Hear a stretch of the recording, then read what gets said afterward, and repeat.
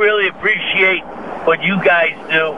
You know, I couldn't believe it, but a friend of mine calls me up and he goes, "Hey, I heard those guys who mentioned your name on last Sunday." I said, you know, I don't know if you know Pat from Dial Transmission. Oh, of course. Good friend of ours, yeah. Well, you know, I said, Pat goes, "Yeah, I heard you were mentioning your name." I called me up, lets me know. I go, "Yeah, you're one of the hit list too, pal." Right, so, that's right. Yeah, you're on the island. Ray, we're going to talk about you. Thank you. But listen, Ray, we're going to get a racetrack on that island somehow, some way. And any way I can help those guys down there, I do. I try. You know, Dennis Quintoni and Natoli and Monte Calvo, all those guys. Yeah. They're really giving it their heart. Now we just got to get. You know what? Somebody's going to step up with a boatload of money and say, you know what? Let's just do this because the Natoli's having too much fun. Yeah. We need to have fun like this too. Until then, we'll throw it in with you, and we'll keep South Mountain growing and thriving, Mike. Thank you, Ray. You guys have a blessed, productive, and safe day. Thanks, Mike. And thank you so much for calling. Yeah. Thank you. Talk to you soon. Bye-bye, Joe. Take care, man. Bye-bye, Mike. Bye. All right, that was great. Mike Natoli from South Mountain Raceway. Local boy. Yeah, another local boy. Absolutely. We're going to take a break, Joe. But I got to mention, you know, if you want to hear some good old mix of music, tune into the original retro mix here Mondays at noon. You can hear Colton Murray, where he hosts the original version of what was once WHPC's flagship show, with hits from the '60s, '70s, and '80s. And for now, let's go take a break because I got to take a breath and just take in, reset, kind of digest everything that we just heard. Call it, give us a couple minutes, and call back, okay? And we'll be back in a few minutes. Keep it where you got it. Whether your car is fast or slow, we're your #1 radio show, Motormouth Radio, baby. Ow.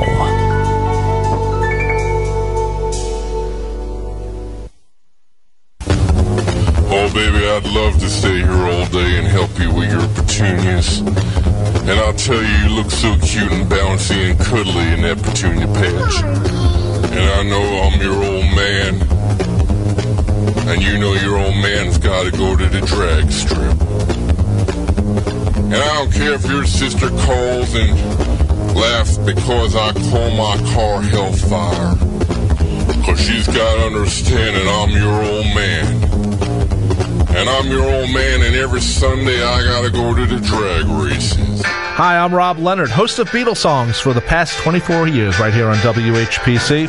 Beatles Songs airs every Friday from 8 p.m. to 11 p.m., playing the music of the Beatles together, apart, along with Beatle cover songs and songs the Beatles covered, along with songs the Beatles either guested on and or produced. And of course, we provide Beatle news.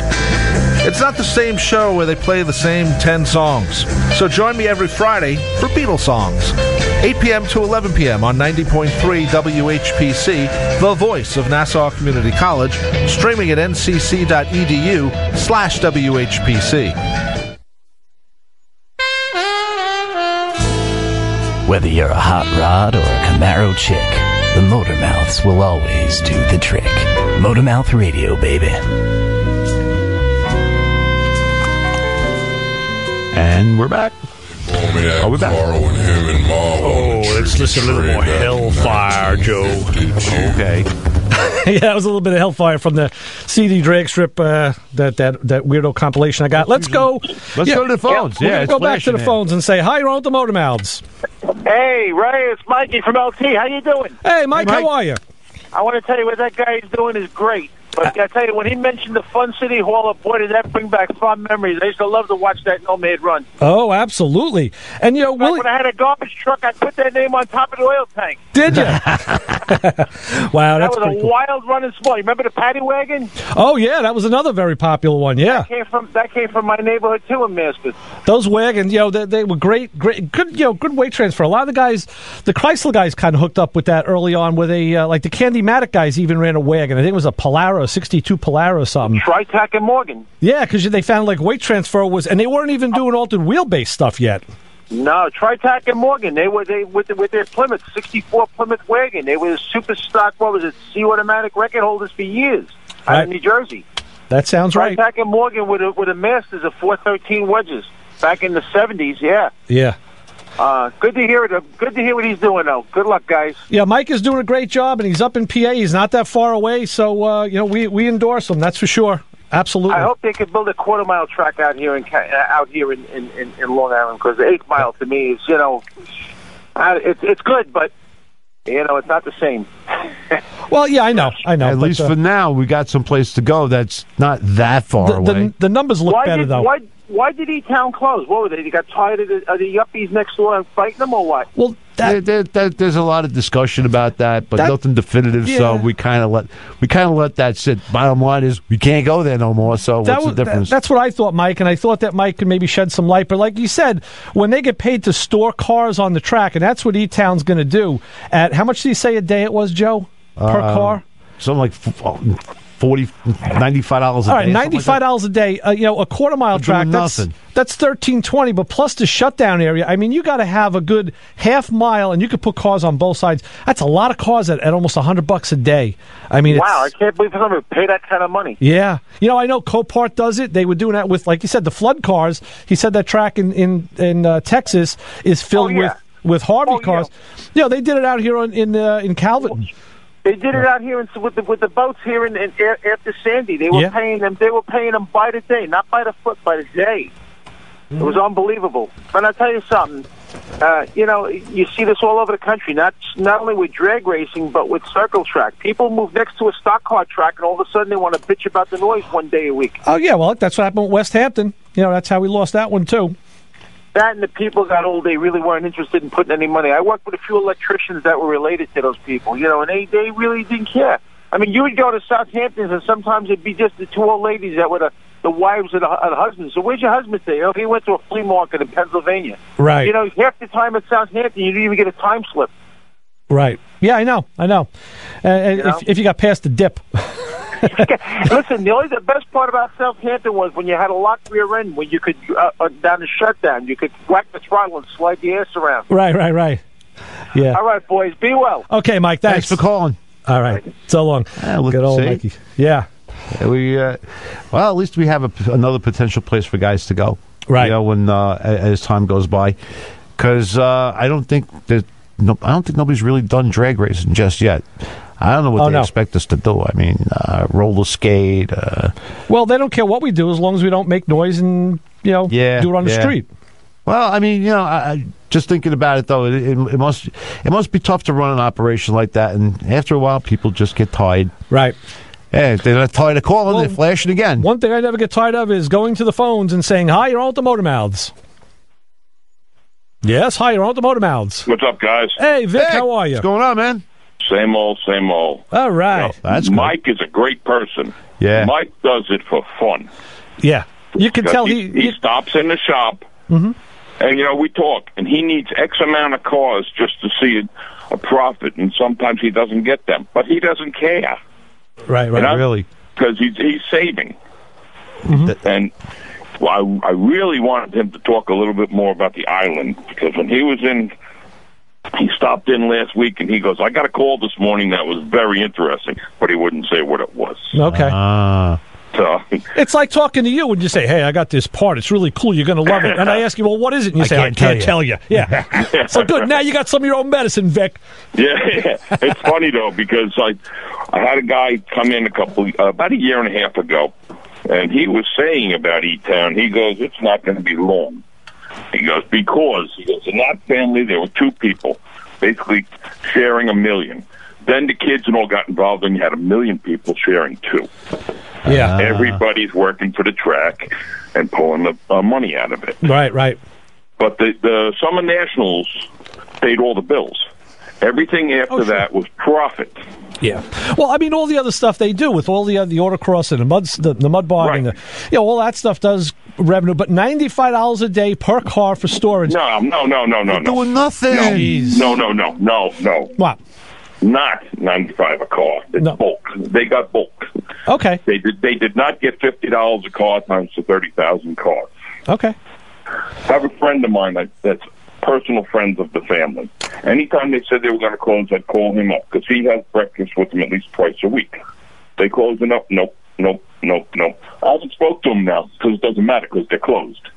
But when I run into him, I'll say, why are they closed? And he'll give me the exact reason. You know, it's all, everybody's got their own one. One guy said when Scott Coletta got killed, because they wouldn't let E-Town expand into the road. Right. Another one with the noise, another one with this and that. Let's look at it this way. If you're putting on an event for 4 days and it's costing you $4 million, and you're making $1 million profit, and you got to be there, right? You got to, all year you have to work on this event. Yeah. Versus a parking lot filled with junk where you sit home and make $1 million. Right. Yeah, seriously. What would you do? Yeah, well, that's my point.